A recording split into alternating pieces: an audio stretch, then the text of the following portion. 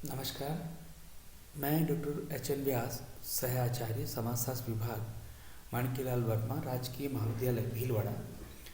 पिछले क्लास के अंतर्गत बीए सेकेंड ईयर के प्रश्न पत्र प्रथम के अंतर्गत अपन जो अध्ययन कर रहे थे उसमें वैयक्तिक अध्ययन पद्धति के बारे में अध्ययन कर रहे थे और उसके बारे में अपन ने पढ़ा था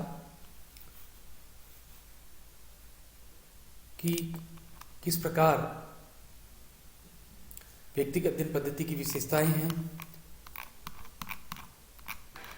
परिभाषाएं, विशेषताएं, ये सारी चीजें अपन ने पढ़ ली थी। और आज अपन पढ़ेंगे वैज्ञानिक अध्ययन पद्धति का क्या महत्व है।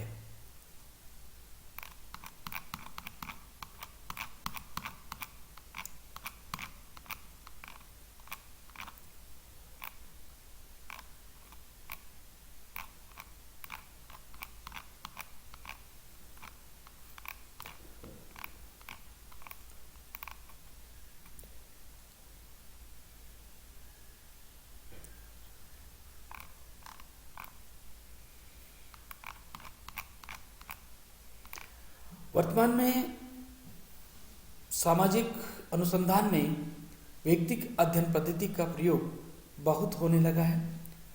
लुनबर्ग वैयक्तिक अध्ययन पद्धति को वैज्ञानिक पद्धति की सहायक व्यवस्था मानते हैं।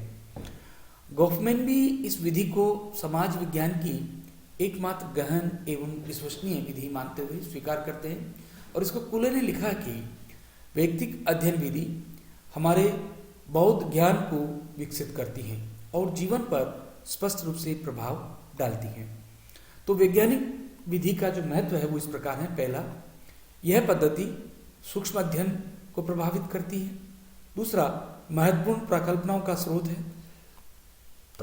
अधिक प्रपत्रों का स्रोत, इकाइयों का वर्गीकरण एवं विभाजन, मनोवृत्तियों के अध्ययन में सहायक, और लास्ट है मनोवैज्ञानिक अध्ययनों में सहायक।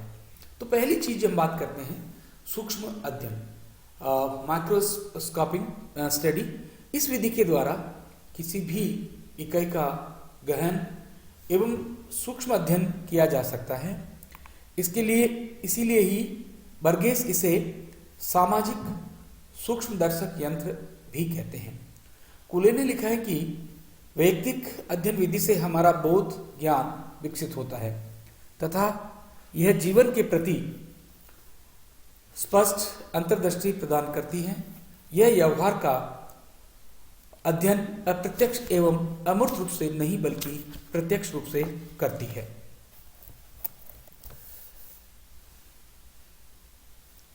दूसरा, सूक्ष्म प्रकल्पनाओं का स्रोत।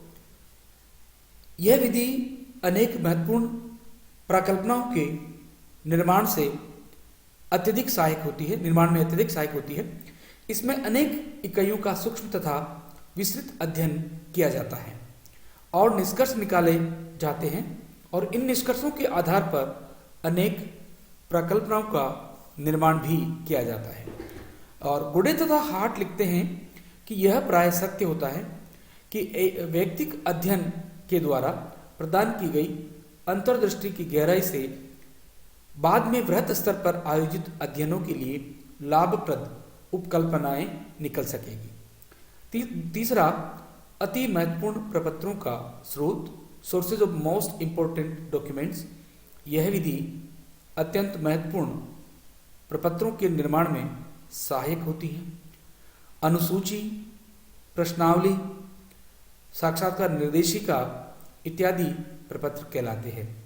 गुडे तथा हार्ट ने भी प्रश्नावली और अनुसूची को अंतिम रूप प्रदान करने में वैयक्तिक अध्ययन को महत्व को स्वीकार किया है।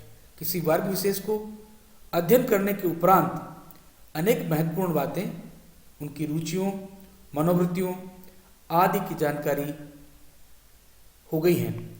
फोर्थ, अनुसंधान के प्रारंभिक स्तर में उपयोग, use in early exploratory stage.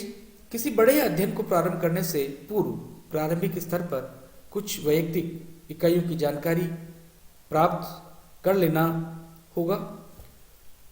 अनुसंधान की दृष्टि से उपयोगी होती हैं। इसके अनेक प्रकट तथा अप्रकट तथ्यों की जानकारी प्राप्त हो जाती है। इस प्रकार के अध्ययनों से हमें इकाइयों की प्रकृति तथा समग्र के निर्धारण में भी सहायता प्राप्त होती है। इकाइयों का वर्गीकरण एवं विभाजन वैयक्तिक अध्ययनों के द्वारा इकाइयों के गुणों की जानकारी प्राप्त हो जाती है। अतः यह अध्ययन विभिन्न इकाइयों के विभिन्न समूह में विभाजित एवं वर्गीकृत करने में सहायक होता है। इससे निदर्शन निकालने में भी आसानी होती है। नेक्स्ट, मनोवृत्तियों के अध्ययन में सहायक, helpful in the study of attitudes. वैयक्तिक अध्ययनों के द्वारा हमें व्यक्ति के विचारों, मूल्यों, मनोवृत्तियों, व्यवहारों एवं धारणाओं के बारे में जानकारी प्राप्त होती है। ऐसी जानकारी व्यक्ति की सामान्य प्रकृति को समझने के लिए आवश्यक है। इसके द्वारा मनोवृत्तियों में परिवर्तन और सामाजिक परिवर्तन का पूर्वानुमान भी लगाया जा सकता है। नेक्स्ट, मनोवैज्ञानिक अध्ययनों में सहायक। इस अध्ययन पद्धति का मनोवैज्ञानिक अध्ययन करना उपयोगी रहा है। व्यक्ति की अधिकांश क्रियाएं एवं व्यवहार उनकी मानसिक दशाओं के परिणाम होते हैं। मनोवैज्ञानिक प्रक्रियाओं जिन परिस्थितियों के परिणाम स्वरूप होती हैं उन्हें केवल वैयक्तिक अध्ययन द्वारा समझा जा सकता है। निदानात्मक मनोवैज्ञानिक, औद्योगिक मनोविज्ञान, मनोविकृति विज्ञान आदि से संबंधित समस्याओं के अध्ययन में यह विधि अत्यधिक उपयोगी समझी जाती है। व्यक्तिगत अनुभवों का स्रोत वैयक्तिक अध्ययन विधि द्वारा अनुसंधानकर्ता को महत्वपूर्ण अनुभव प्राप्त होते हैं, क्योंकि यह विधि जीवन के सूक्ष्म से सूक्ष्म पहलुओं का भी अध्ययन करती है। इसको गुडे एवं हार्ट ने यह समझाने का प्रयास किया कि अधिकांश सर्वेक्षण कार्य की सीमा में निश्चित होने के कारण वास्तव में अनुसंधानकर्ता विश्लेषण स्तर पर विस्तृत अनुभव प्राप्त करता है। जब प्रश्नों के अर्थों की गहरी छानबीन की जाती है तो शोधकर्ता का परिपक्व अनुभव आगामी अनुसंधानों के सफल संचालन में मदद करता है। सामग्री की संपूर्णता। इस विधि द्वारा संकलित सामग्री स्वयं में पूर्ण होती है। इस संबंध में कूले का कहना है कि वैयक्तिक अध्ययन विधि हमारे बोध ज्ञान को विकसित करती है एवं जीवन को स्पष्ट रूप से विकसित करती है। यह प्रत्यक्ष रूप से व्यवहारों का अध्ययन करती है, न कि अप्रत्यक्ष एवं अमूर्त साधनों द्वारा। और भी इसकी कुछ विशेषताएं हैं जिनमें घटनाओं की निरंतर तस्वीर, दीर्घ प्रक्रियाओं का अध्ययन, अनुसंधानकर्ता के ज्ञान का विस्तार इत्यादि रूप से हमें समझाने का प्रयास करती है। अब अपन कुछ इसकी लिमिटेशंस हैं उसके बारे में अध्ययन करेंगे कि इसकी क्या लिमिटेशंस हो सकती हैं। पहला, वैयक्तिक अध्ययन विधि सामाजिक अनुसंधान के क्षेत्र में महत्वपूर्ण विधि है, लेकिन इस विधि की कुछ लिमिटेशंस हैं जो कि लुनबर्ग ने भी इसको स्पष्ट करने का प्रयास किया कि वैयक्तिक अध्ययन पद्धति अपने आप में कोई वैज्ञानिक विधि नहीं है, वरन वैज्ञानिक कार्य विधि का प्रथम चरण है। प्रोफेसर रीडबेन ने लिखा है कि यह विधि अवैयक्तिक, सार्वभौमिक, नैतिकता रहित, व्यवहारिकता रहित तथा पुनरावृत्ति मूलक घटनाओं को उपलब्ध नहीं करा सकती है। इस विधि की कुछ सीमाएं हैं जो कि इस प्रकार हैं। पहला, सीमित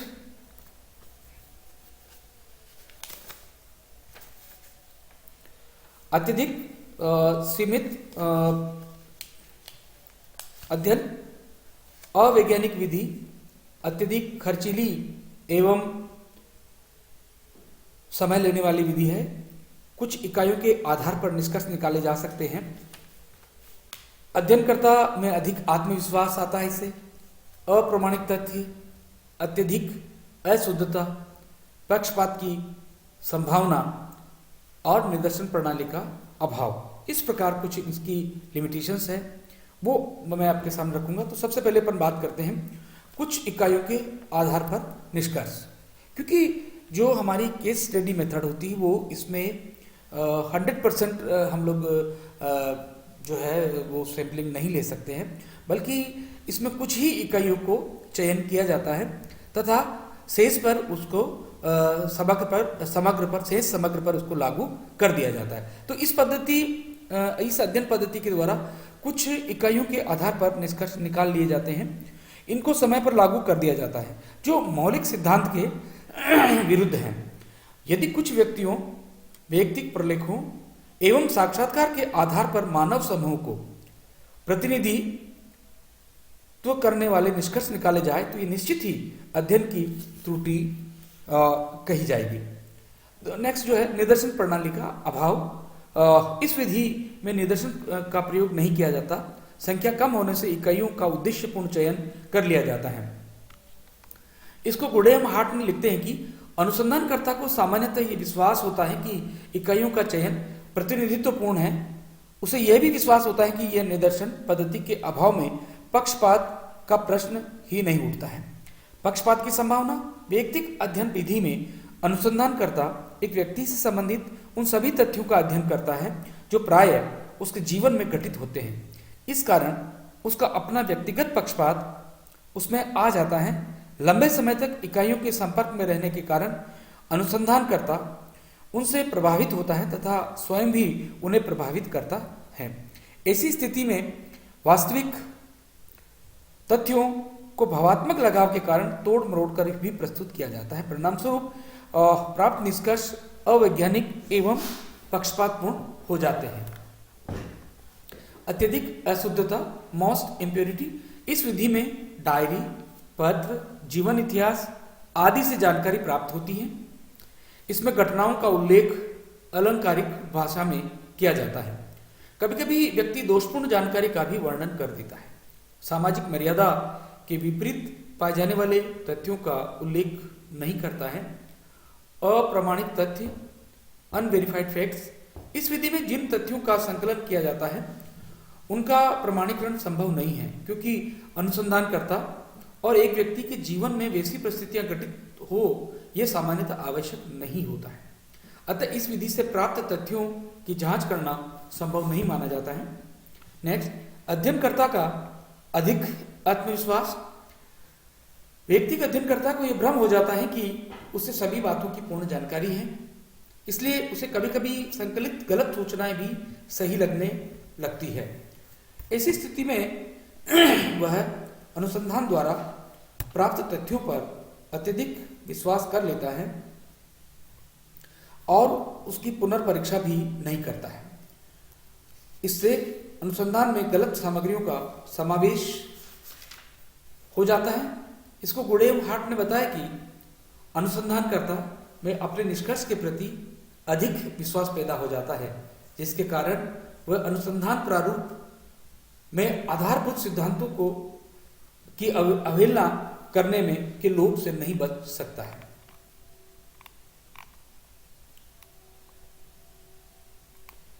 इन कमियों का अतिरिक्त कई बार इन प्रलेखों, पत्रों, डायरियों एवं जीवन इतिहास को प्राप्त करना भी कठिन होता है, जो व्यक्ति के बारे में पूर्ण जानकारी प्रदान करते हैं। सी Rogers, Elton Mayo, Alfred Kinsey तथा जॉन डोलाई आदि ने इस विधि के अंतर्गत तथ्य संकलन, लेखन व संपादन के स्तर पर अनेक सुधार किए हैं। आशा है भविष्य में ये विधि विभिन्न सामाजिक इकाइयों व घटनाओं का सूक्ष्म व गहन अध्ययन करने में सक्षम होगी।